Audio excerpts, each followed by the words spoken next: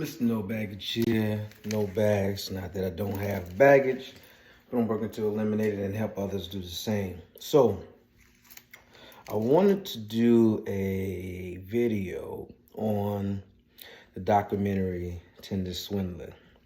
And I wasn't going to do it, but I wanted to give my perspective on it, which probably is going to be a little bit different from most people.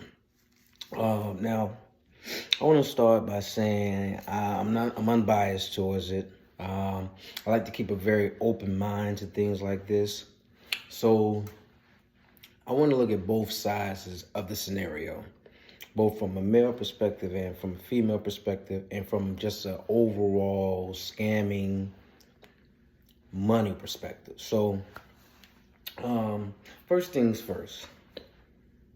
I will say, if you're not happy where you are, your upbringing, in today's society, no matter how poor you are, what class you come from, your ethnicity, whether you speak English or not, there is always a way to come up. Now, granted, there are illegal ways, then there are legal ways. But there's always a way to dig yourself out. Don't allow anyone else to hold you back with where you've been. And I say that to say because from the grounds of where that individual started from and what he saw. Now, obviously, that was clearly something that wasn't 100% there.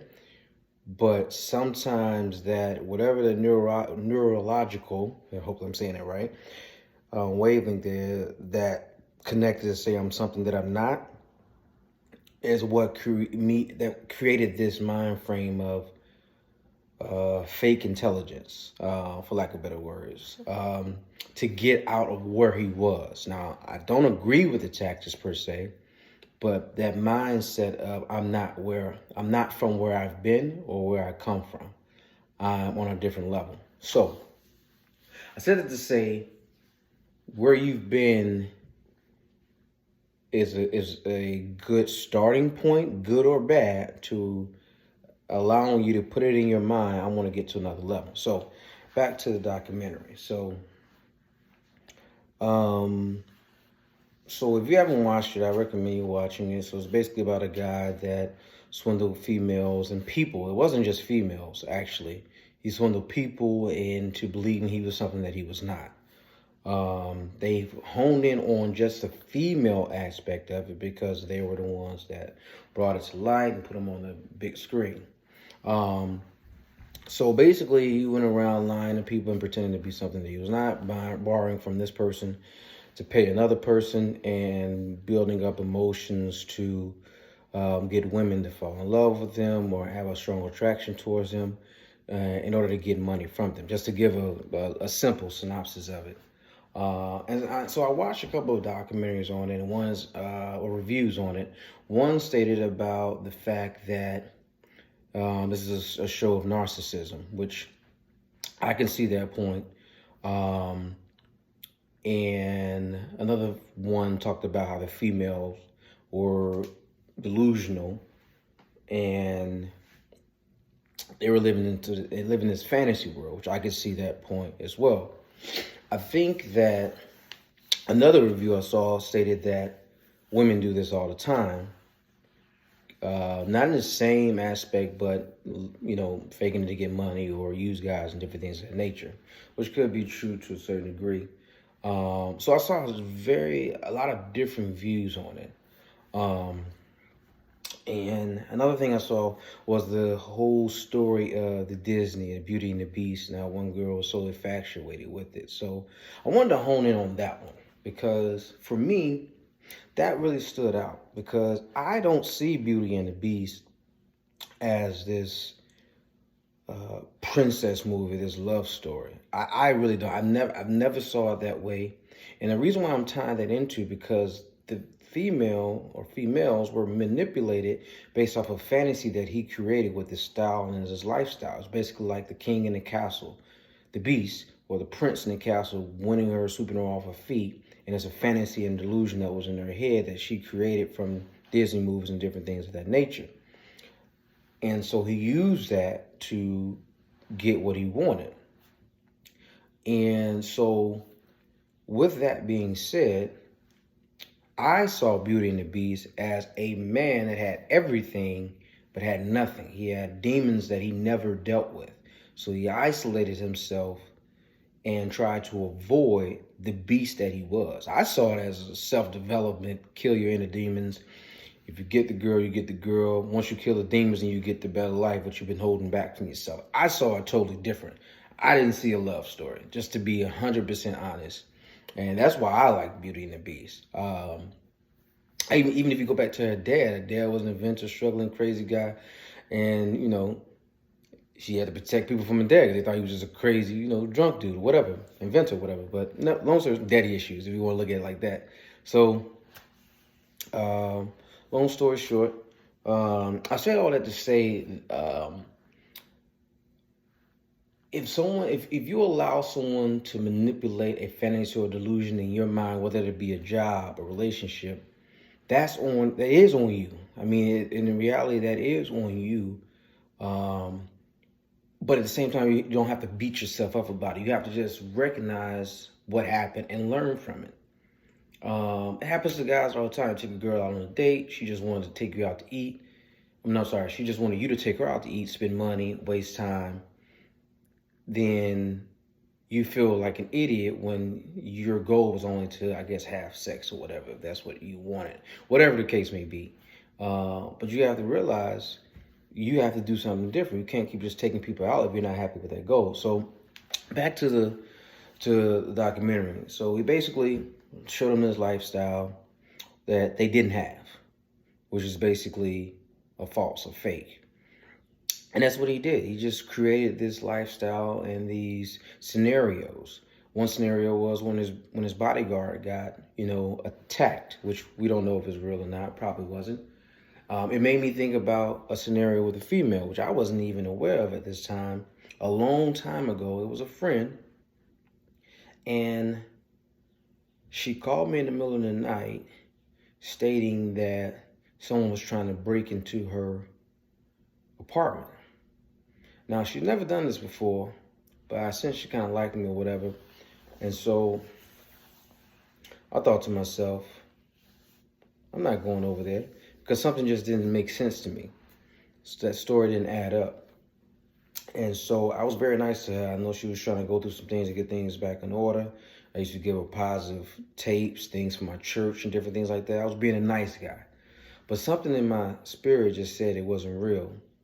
So she was like, and then she just vanished. Like whatever she was texting, and all of a sudden she just stopped communicating. So if I was emotionally led, I would have been driving over there in the middle of the night, trying to attack and save someone. But who knows? It could have been set up, robbery, anything like that. So long story short, I waited until the next day. I went to the place where she was living at to see, because I think she said someone had a gun or was shooting or something like that. And I looked at the door. I didn't see any breaking of entering. I didn't see any bullets or anything like that at the place, at the apartment, rather. No forced entry, nothing. So long story short, I think we communicated a few days later, and she kind of mentioned it. She was like, you didn't even come over. So she was told, she had a friend at the time that was telling her that I didn't care about her because I didn't come over in that moment in time. So now watching this documentary made me go back to that. That was like 15, 20 years ago. And it made me think about, somewhere within that time frame, they were creating this scenario to see if I was loyal or cared, when in reality it was a false. So I didn't get emotionally involved, and I didn't even recognize that that's what it was until probably like years later. And then she made the comment like, you don't really care about me. You didn't even come over because the whole scenario was fake. So we didn't talk for a few years, and then until later on. But it goes to show you, a lot of people create these fake scenarios to play with your mind and play games with your heart. So you got to see if the scenario makes sense, whether you're male or female, because it's in a swim. They just exposing him because he's a male. And there are other movies and shows that are out there that On the other side of it, those shows are awarded, whether it's a stripper movie, hustling, whatever the case may be, those are rewarded. But in this scenario, it's just because it's male. But this can happen both ways. So you got to make sure you're not emotionally driven and looking at it from a clear perspective, regardless of what it is. Because jobs do the same thing. Sell your story or fantasy on what you believe, whether it's getting promoted, growing with the company until they decide they no longer need you. So you can't be emotionally led. That's what I get from the Swindler documentary. And checking on facts. Checking on facts. I mean, the guy said he was a billionaire's son. Why would a billionaire's son need your money? He can have any employees or anyone within that organization send him cash or reserve it separately. But when you're emotionally driven and you're in this fantasy world, you can't think clearly. You can't think clearly. And I've been there, soul dream, we're going to be this in the future. Maybe we could be a family. And there's subtle hints and subtle moments of things being said. And this is how we will look when we're old or this, that, and the third. You have to think clearly. Why would we be in a place to get to the level of being old together? And so you have to think clearly to a certain degree. And I get it. A lot of people look at love as this fantasy fairy tale versus love that requires patience, that requires, man, this person gets on my nerves today, but I'm still going to try to make it work. Commitment, trust, loyalty. People don't get that. And then they go off of this fantasy and then they get played because they don't think logically. Or they give it to somebody that doesn't even deserve it. And that's male or female. But I applaud the guy for getting himself out of that scenario from where he lived, because he lived in a very poor neighborhood. And I don't agree necessarily with how he treated people, because I don't believe in manipulating. I don't believe in manipulating. I don't believe in using people. I believe in, I'm going to tell you the facts, and you make a decision if you want to go through with it or not. But I applaud him on believing in himself and even being delusional. He was even delusional on believing he was something that he wasn't. Even though I know deep down inside, he has to know he's not this guy, this billionaire, or whatever the case may be. But he is a case study now. So even if he stops manipulating people, he's going to manipulate something. If it's not women, he's going to manipulate business. If it's not business, he's going to manipulate customers. Something is always being manipulated one way or the other, or being used. But there are ways to do that. So my point of saying all this is, I think this is getting so much attention and so much praise and so much disdain because of so many different emotions tied to it. People that have gone through this type of trauma and being used and chaotic. I think what should be done, if you're a male or female, you should really watch this, especially if you've been used and abused in the past. What could you do differently for yourself? How can I not be used and manipulated? How can I either A, choose to be that person, or choose not to be that person and be a better person? Everything is a learning process. Everything is an opportunity to learn something. And for me, watching that, I would never want to manipulate anyone in that regards where they're $250,000 in debt. But if I come to you and ask you to borrow money, regardless if it's $1 or not, and you give it to me, then we're in an agreement. We're in a contract. Now, I may owe you that money, but you agreed to give it to me. And so if you agree to give someone something and they don't pay it back, that's more of a moral scenario. In some countries, if it's verbal or text, it's a contract. In most countries, actually, but that's neither here nor there. But if you agreed to it, you willingly gave something in an effort to please me or to save me or whatever the case may be. And so therefore, it's as if you're investing in my business, even though you don't know it. There's a risk in losing business. I say that to say I invested in this guy that did party promoting. And we did a party back home in my hometown for this major event that happens every year called Classic. So basically, I gave him, let's say, $700 to $1,000 to do the event.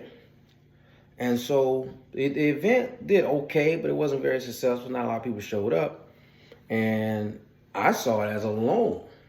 Like, you're gonna give me the money. Now, I felt like I needed to get my money back for the money I loaned of some sort, but I didn't get anything back. Because there were some ticket sales, there was some sales, but I didn't get any of my money back. So I said that to say, at the time I was upset. We stopped talking, we stopped communicating. I was like, hey, can I get something back? And then he started kind of flaking on me, or whatever the case may be. And that was just $700. So I learned then, I invested in that. It wasn't successful, because truth be told, it wasn't that many people. So we had to rent the venue out, which probably was $1,000, $2,000. So that money was ate up anyway. There was a DJ. DJ has to be paid. So there's other, security. Thinking back now, I was like, how am I going to be mad at that individual when this was a business? Now, if he just took that money and didn't show up, then I got to go look for him. That's a different scenario. And it's weird because I end up seeing him later on down the line in the strip club. But it was no problems about that. It was just like, it is what it is. I reached out a couple of times and it was like, he won't give me the money back, but he never did. But thinking back on it, it was an investment that just went bad.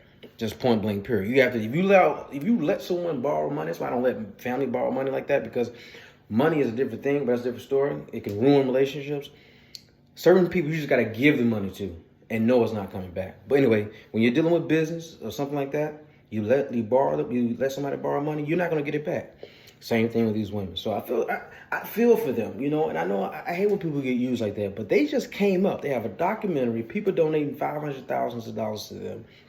And unfortunately, it's painful situations that you have to go through sometimes in life to win or learn from it. Now, they're going to expose and help a lot of women not get it used. And hopefully guys can see this not get used, because it's not just women that this happens to. Stop being suckers. So I think the documentary was good. Be able to get yourself up. Just to recap like how I felt about it. Get yourself out of where you're from. Try to do it the right way. Try not to use people, but at the end of the day, you gotta have employees. You gotta, try to do things the right way, the best way you can.